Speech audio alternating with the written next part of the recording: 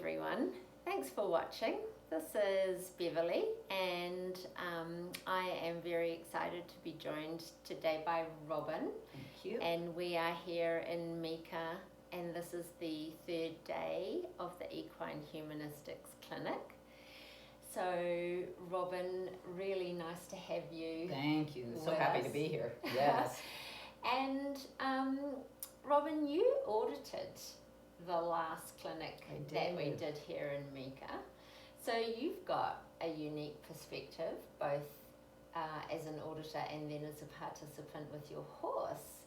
So I'd love to hear a little bit about what it was that you saw in that first clinic that has made you make the decision to come this weekend. I think auditing, I audited the full 3 days. I took copious notes, asked lots of questions. I wrote a book.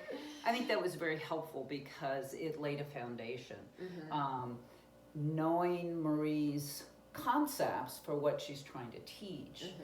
but to actually see it with various levels of riders with their horses, from completely green, very anxious horses to more well-schooled hunter that's been on the open circuit, and different trainers, or different handlers with their horses.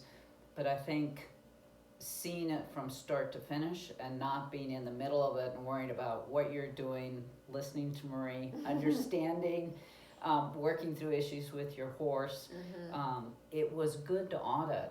And then I went home, reread Marie's notes, reread my notes, and then felt coming to the clinic, I'd have such a bigger foundation myself. Right. Yeah. And is that how it played out for you?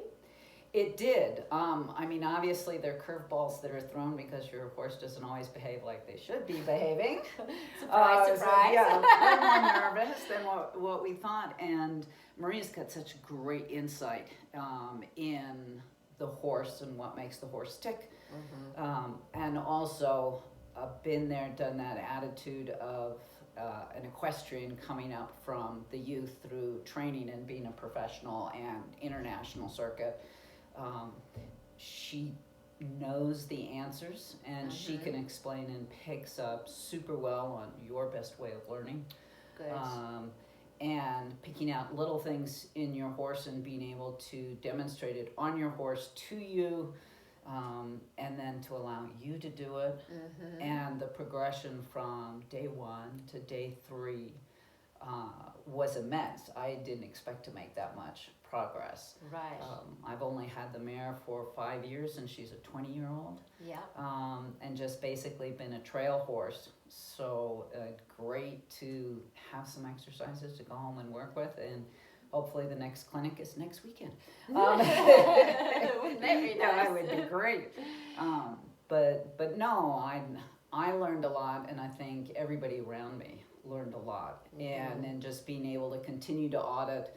I did the morning session, the afternoon session, to be able to sit through and watch the afternoon session. Yeah.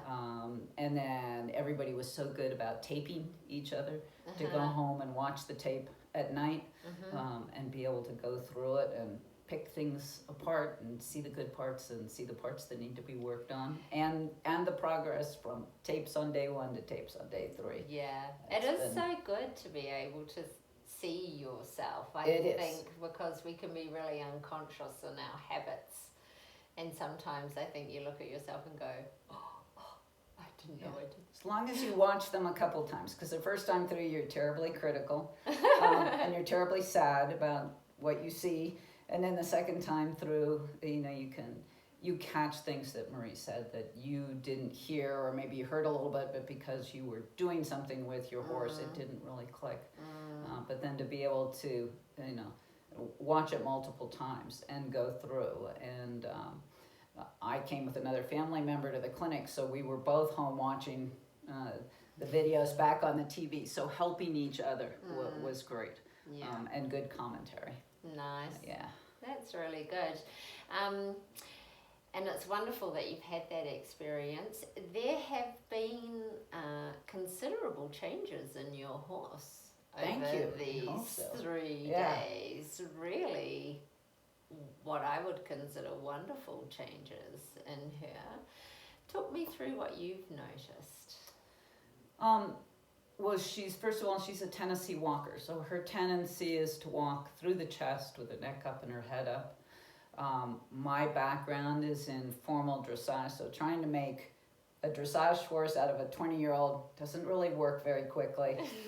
But just taking a lot of Marie's techniques, whether they're on the ground or in the saddle, and to make her more accepting, or to allow her to be more accepting. And just little things. She gets very anxious. She likes being in her own little cocoon. And to be able to take some of these very simple exercises and make her relaxed and make her more focused on the task at hand.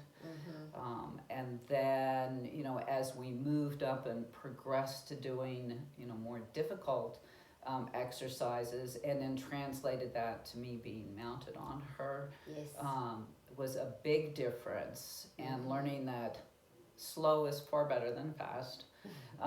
Taking small steps, and I really noticed that she came up in her back, she came up in her withers, her steps were more balanced, her lateral work was so much better, and to have those tools to be able to go back home and then work on it religiously, because consistency is what makes it. Absolutely, so, absolutely. And then that also allows you to develop the exercises at the next clinic when you've come through and you've progressed in that way. It does, because certainly seeing the afternoon in this clinic were those participants that take them in the clinic that I had audited, to see their progress, and then to see where we're headed, only makes it more interesting and more exciting. So definitely. Well, that's really wonderful. So thank you so much for thank sharing. both of you guys. Yes, no, it was great. And no doubt we'll see you again. Oh, you certainly will. Everybody sign up. Absolutely. So if you're looking to establish a unique, calm, trusting connection with your horse through improved balance, perhaps you'd like to visit our website, Equine-Humanisitcs.com, and go to the events page.